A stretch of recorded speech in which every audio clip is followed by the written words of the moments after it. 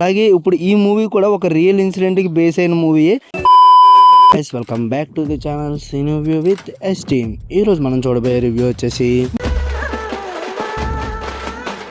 మూవీలో మనకి మెయిన్ లీడ్స్కి కనిపించేది టార్షన్ అండ్ మహిమా నంబీర్ గారు. మహిమా నంబీర్ గారు మనకి చంద్రముఖి 2లోను అలాగే కేరళ మూవీ ఒకటి బాగా వైరల్ అయింది కదా అప్పుడు RDX అని, ఆ మూవీలో హీరోయిన్గా అయితే ఉన్నారు. మనకి చంద్రముఖిలో అయితే ఒక మెయిన్ లీడ్ క్యారెక్టర్ అయితే చేశారనమాట ఆవిడ. టార్షన్ అనే అతను అయితే మనకి Bigg Boss season 3 Tamil Bigg Boss season 3 title విన్నారు అతను. మనం చూడడం ఇతన్ని ఫస్ట్ టైం మూవీలో. ఈ మూవీకి సంబంధించిన డైరెక్టర్ గురించి అయితే మనం మాట్లాడుకుందాం. ఈ మూవీని డైరెక్ట్ చేసింది M సర్వానంద్ గారు.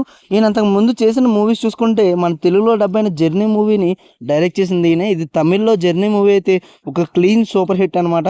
అలాంటి మూవీస్ డెలివర్ చేశారు ఈయన. అలాగే తమిళ్లో ఇంకో మూవీ ఉంటుంది, అదైతే నేను చూడలేదు, పేరు కూడా నాకు కొంచెం నోరు తిరగట్లేదు, అందుకే మీకు చెప్పట్లేదు. ఈయన ఎక్కువగా సోషల్ సొసైటీ బేస్డ్ మూవీస్ అయితే చేస్తూ ఉంటారనమాట.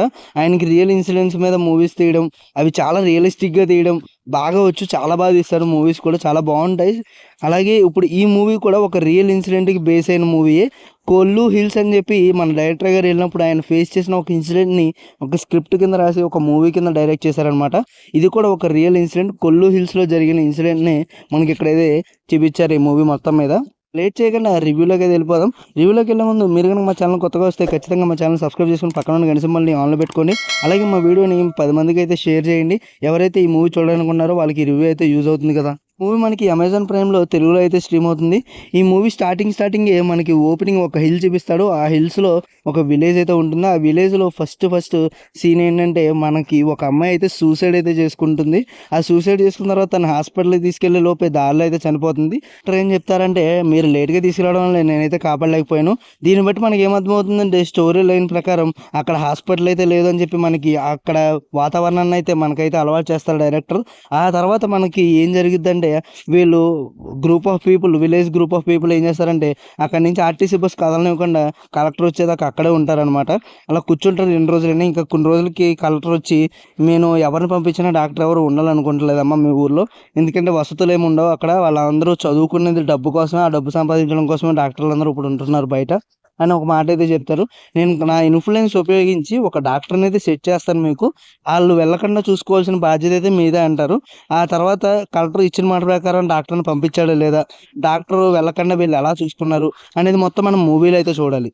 స్టోరీ లైన్ కొంచెం చూడడానికి కిక్ 2లో సెకండ్ హాఫ్లో వచ్చే సీన్స్ లాగా అనిపించింది, కానీ దానికి దీనికి అసలు సంబంధం ఉండదు. ఇక్కడ వేరు అక్కడ వేరు, క్యారెక్టర్స్ వేరు, మొత్తం ఎమోషనల్గా ఉంటుంది ఇక్కడైతే. మొత్తం మూవీ చూసాక నాకేమనిపించిందంటే సూపర్ బ్రో,